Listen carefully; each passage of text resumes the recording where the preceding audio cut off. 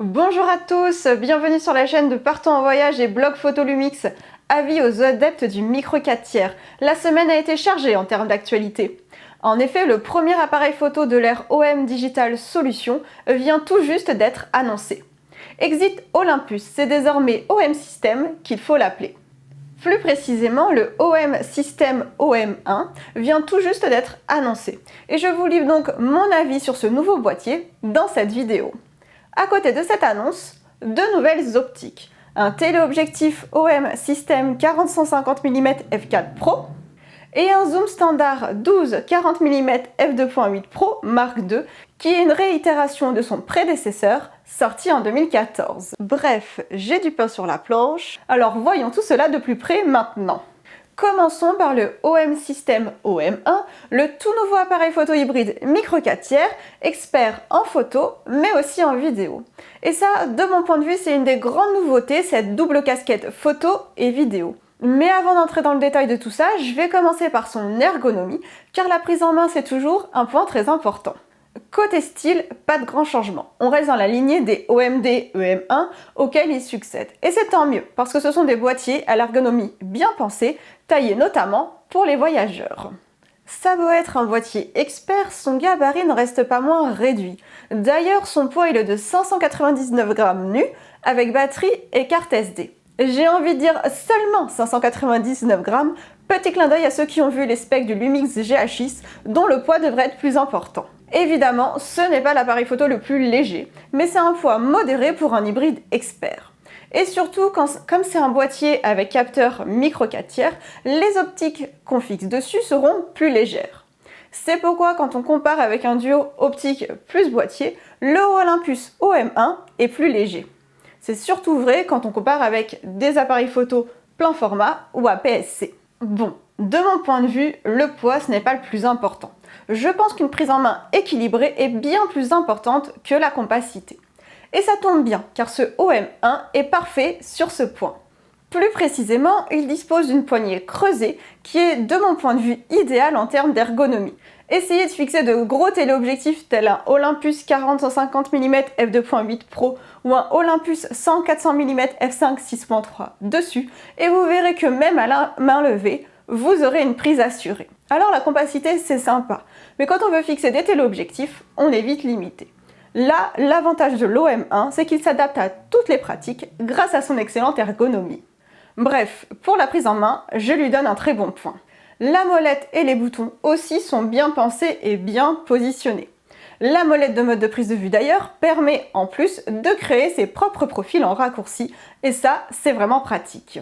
Grâce à la molette de mode de prise de vue, on a aussi la possibilité de passer rapidement en mode vidéo pour avoir ses réglages spécifiques pour filmer. Et de l'autre côté de la molette des modes de prise de vue, on a un bouton pour les réglages d'autofocus et un autre pour les réglages de la rafale. Et vu ses performances en mise au point automatique comme en rafale, c'est bien d'avoir ces boutons au bout des doigts. Je n'oublie pas non plus l'arrière du boîtier, avec une nouveauté, un viseur OLED de 5,76 millions de points qui a un taux de rafraîchissement de 120 images par seconde. En termes de confort de prise de vue, c'est excellent. Je dois dire aussi que le constructeur met en avant l'absence de blackout du viseur quand on photographie en rafale. Quant à l'écran, c'est assez habituel, mais c'est important de le préciser, il est tactile et orientable. Ça veut dire qu'on va pouvoir l'orienter vers soi pour du face caméra. Alors attention, pour ceux qui portent des lunettes, ça peut faire des reflets pas très beaux à l'image. On peut aussi l'orienter sur le côté ou pour mieux voir quand on veut filmer. Ça permet aussi de prendre des photos avec des angles plus originaux. Bref, l'écran orientable, c'est très important et c'est pas uniquement pour le vlog. Je terminerai le tour d'horizon du boîtier avec la partie connectique, à commencer par son double emplacement pour carte SD, compatible avec des cartes SD UHS 2 qui ont une vitesse d'écriture plus rapide. Il faut dire qu'avec l'OM1, on a intérêt à suivre la cadence parce que ça va très vite. Pour les vidéastes, il dispose d'une prise micro et d'une prise casque, et évidemment on trouve un port USB-C ainsi qu'un port HDMI. Et bien sûr, on peut le connecter sans fil via Bluetooth ou Wi-Fi. Évidemment que cet OM1, il est à la page. Mais surtout, avis aux baroudeurs, il est prêt à vous suivre n'importe où, car il fonctionne même par des températures allant de moins 10 degrés Celsius jusqu'à 40 degrés Celsius. Il est résistant à la poussière et aux éclaboussures. Il bénéficie même d'une tropicalisation renforcée selon la norme IP53. Bref, ce OM System OM1, c'est du solide et vous pouvez l'emmener partout avec vous. Je finirai la partie prise en main sur l'autonomie, avec une nouvelle batterie qui permet jusqu'à 520 images et même 1100 photos en mode économie d'énergie. En termes vidéo, on peut également filmer jusqu'à 140 minutes en continu. Bref, ce boîtier a pour moi une prise en main équilibrée et parfaite, une ergonomie bien pensée et dispose d'une construction robuste, fiable pour s'adapter à toutes les pratiques photo et vidéo, quelles que soient vos conditions de prise de vue. Mais bien sûr, il n'y a pas que l'emballage qui compte. Le plus important, c'est encore ce qu'il y a dedans. Et justement, regardons de plus près à l'intérieur de la bête. Ce Olympus OM1, oui je l'appelle encore comme ça, embarque donc un nouveau capteur rétroéclairé et empilé. Il s'agit d'un capteur micro 4 tiers de 20 millions de pixels. Et qui dit capteur micro 4 tiers dit très large choix d'optique parce que la monture micro 4 tiers est très fournie en termes de choix d'objectifs. Et en plus, les objectifs sont également plus légers quand on compare sur APS-C ou sur plein format. Ça permet donc de partir avec du matériel plus léger pour notamment ceux qui aiment beaucoup randonner. Le micro 4 tiers a donc l'avantage de permettre une meilleure compacité et beaucoup de choix en termes de matériel. Mais bien sûr, le plus important, c'est ce capteur rétroéclairé et empilé qui va permettre plus de performance. Et je dois dire que la performance, justement, c'est un des meilleurs qualificatifs du OM1. Il est en effet également doté d'un nouveau processeur qui permet des calculs jusqu'à 60 fois plus rapides. Et la rapidité, c'est un point important. Et plus précisément, la rapidité de l'autofocus. Car le OM1 a un système d'autofocus à détection de phase de 1053 points qui couvre 100% de l'écran. Et un autofocus à détection de phase, ça permet une mise au point plus rapide et plus précise. Et de ce point de vue, l'OM1 il se place parmi les meilleurs, car il est capable de détecter et de suivre un humain, œil, visage, corps, mais aussi les animaux, et plus précisément les chats, les chiens, les oiseaux et les animaux en général. Côté mécanique, il détecte et suit les avions, les trains, les Formule 1, les voitures de course, les motos, les hélicoptères, et cela autant en photo qu'en vidéo. Bref, son autofocus y joue dans la cour d'un Canon EOS R3 ou encore d'un Nikon Z9, des boîtiers haut de gamme taillés pour la photo et la vidéo de sport ou encore animalière, rien que ça. En résumé, il est un des autofocus les plus performants et les plus précis du marché des appareils photo hybrides en 2022. Évidemment, je suis aussi obligée de parler de la stabilisation 5 axes. En effet, son capteur est stabilisé avec un niveau de 7,5 stops. On peut même aller jusqu'à 8 stops quand on le couple avec une stabilisation optique. Pour ceux qui ne connaissent pas, la stabilisation 5 axes, qu'est-ce que c'est? À quoi ça sert? La stabilisation 5 axes, ça permet de corriger les mouvements de bouger naturels du photographe ou du vidéaste. Concrètement, avec la stabilisation 5 axes, on va pouvoir photographier à main levée, même avec des poses longues, ou encore quand on fixe un objectif avec un zoom puissant, qui en général entraîne du flou de bouger. De même, on va pouvoir filmer à main levée sans avoir de mouvement de saccade disgracieux à l'image, et ce, sans stabilisateur. Pour faire simple, la stabilisation capteur à de tels niveaux, ça permet dans bien des cas de se passer de trépied ou de stabilisateur. C'est pourquoi, entre autres, je pense que l'OM1 est typiquement le genre d'appareil photo qui conviendra aux voyageurs en tout genre. Il faut dire qu'il réunit en un seul appareil le meilleur de la photo et le meilleur de la vidéo, et ça c'est quand même une sacrée prouesse. C'est d'abord un expert de la photo. C'est assez habituel chez Olympus quand on tape sur un boîtier de cette gamme. À commencer évidemment par l'excellente qualité des images qu'on obtient avec, c'est surtout vrai avec les superbes optiques de la gamme Pro. Mais comme il est vendu en pack justement avec un objectif de cette gamme, en termes de qualité d'image, on sera servi. Ce que j'aime particulièrement dans sa fiche technique, c'est le mode haute résolution. On peut en effet photographier en 80 millions de pixels au lieu de 20 millions de pixels, et je dois dire que j'adore cette fonctionnalité pour photographier la Lune, et ensuite, en post-traitement, recadrer tout en gardant une bonne taille d'image. L'inconvénient habituel du mode haute résolution, c'est qu'il faut absolument être sur trépied, parce que sinon on a une photo floue. Heureusement, on peut aussi photographier avec cet appareil photo en 50 millions de pixels, donc c'est toujours le mode haute résolution, mais cette fois on peut le faire à main levée, on n'a pas besoin de trépied, et ça j'aime encore plus que le 80 millions de pixels. Dans ce cas-là, donc pas besoin de trépied pour passer de 20 millions de pixels à 50 millions de pixels. Si par exemple un jour vous avez un zoom trop court, eh bien vous pouvez vous mettre à 50 millions de pixels, recadrer en post-traitement, tout en gardant une taille d'image intéressante. Bien sûr, c'est pas aussi bien que d'avoir le bon zoom au bon moment, mais ça dépanne. Autre point que j'apprécie aussi énormément dans sa fiche technique, c'est la cadence de rafale de cet OM1. Il est capable de photographier avec une cadence de 120 images par seconde en AFS et de 50 images par seconde en AFC, et c'est une sacrée prouesse. En comparaison, mon Lumix G9, vieux de 4 ans quand même, il faut le rappeler, fait du 60 images par seconde en AFS en rafale et du 30 images par seconde en AFC. Mais attention, pour accompagner une bonne cadence rafale, il faut aussi un bon buffer, d'autant plus quand on photographie en RAW. Et justement, si on regarde la mémoire tampon de cette OM1, elle est de 92 €. En comparaison, mon Lumix G9, toujours quand même vieillissant, il faut le rappeler, il est à 60 € en mémoire tampon. Et le Lumix GH5 Mark II, sorti en 2021, est lui à 108 €, mais attention, sa cadence d'image en rafale, elle est que de 12 images par seconde. Oui, ça fait un peu petit. Bon, c'est aussi pour ça que le GH5 Mark II, c'est plutôt un boîtier vidéo. Revenons-en donc au OM1 qui est donc un véritable boîtier expert photo. Qualité d'image, mode haute résolution, focus stacking, la view composite, bracketing ou encore cadence rafale puissante, c'est un sacré boîtier pour photographier. Pour filmer aussi. Et ça, on y était moins habitué de la part d'Olympus qui était, il faut le dire, un peu en retard sur le sujet. Ce retard, il est vite rattrapé car ce OM1, il peut filmer en 4K 60 images par seconde et même en C4K 60 images par seconde en 4:2 10 bits en interne, s'il vous plaît. Et via moniteur externe, on va pouvoir filmer en Apple ProRes RAW en 4:2 12 bits. Bref, c'est du lourd et les vidéastes exigeants apprécieront. A noter, il peut aussi filmer en Full HD 240 images par seconde pour des ralentis. Et sur cet appareil photo, il n'y a pas de limite d'enregistrement. Et par ailleurs, on peut filmer en HLG ou en OM-Log, qui est l'équivalent du Vlog. Si on compare sur le micro 4 tiers, en fin de compte, en vidéo, ce OM1 il se place au même niveau que le Lumix GH5 Mark II, qui est sorti en 2021. Sauf que le GH5 Mark II, c'est un boîtier qui va être moins complet en photo que l'OM1.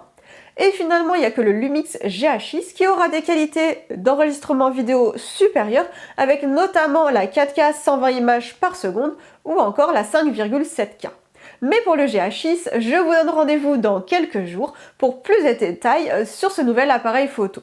Alors abonnez-vous à la chaîne pour ne rien manquer des prochaines vidéos, sans oublier la cloche pour bien sûr être informé dès qu'elles sont publiées. Bon, maintenant passons aux choses sérieuses, son prix. Il est vendu nu au tarif de 2199 € et en pack, il est vendu avec l'objectif Olympus 12-40 mm f2.8 Pro Mark II pour un prix de 2799 €.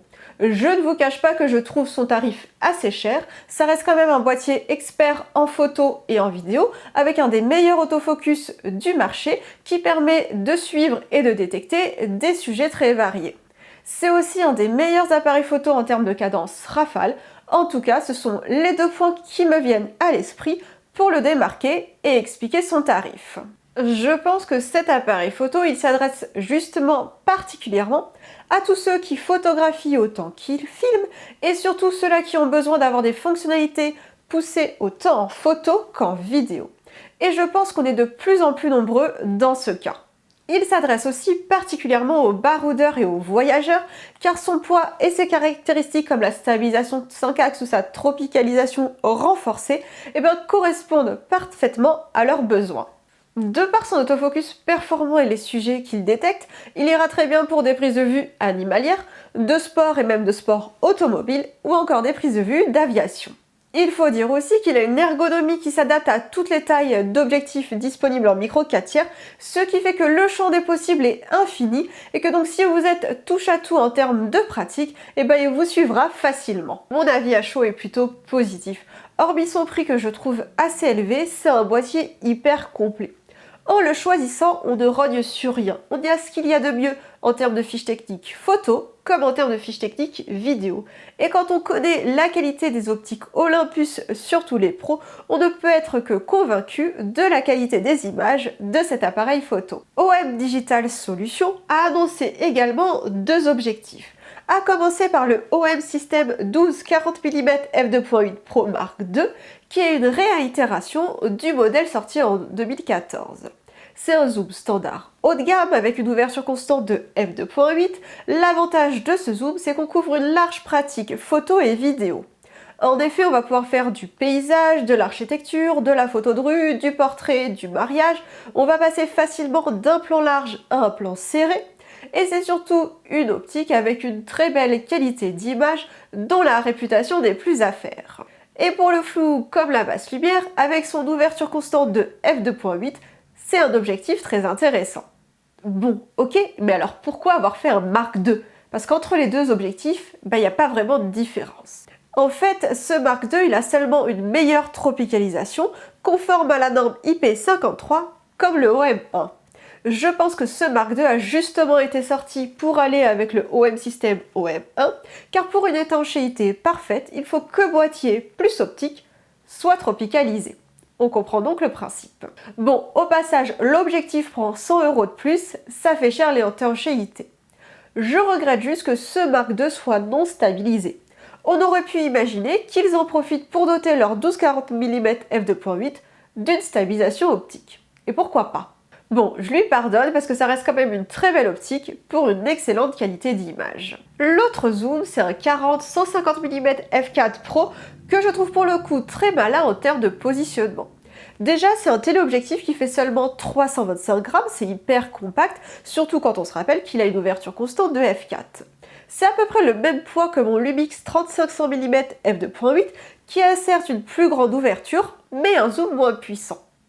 Et à vrai dire, ce que je trouve très intéressant dans ce téléobjectif, c'est qu'il constitue un choix intermédiaire.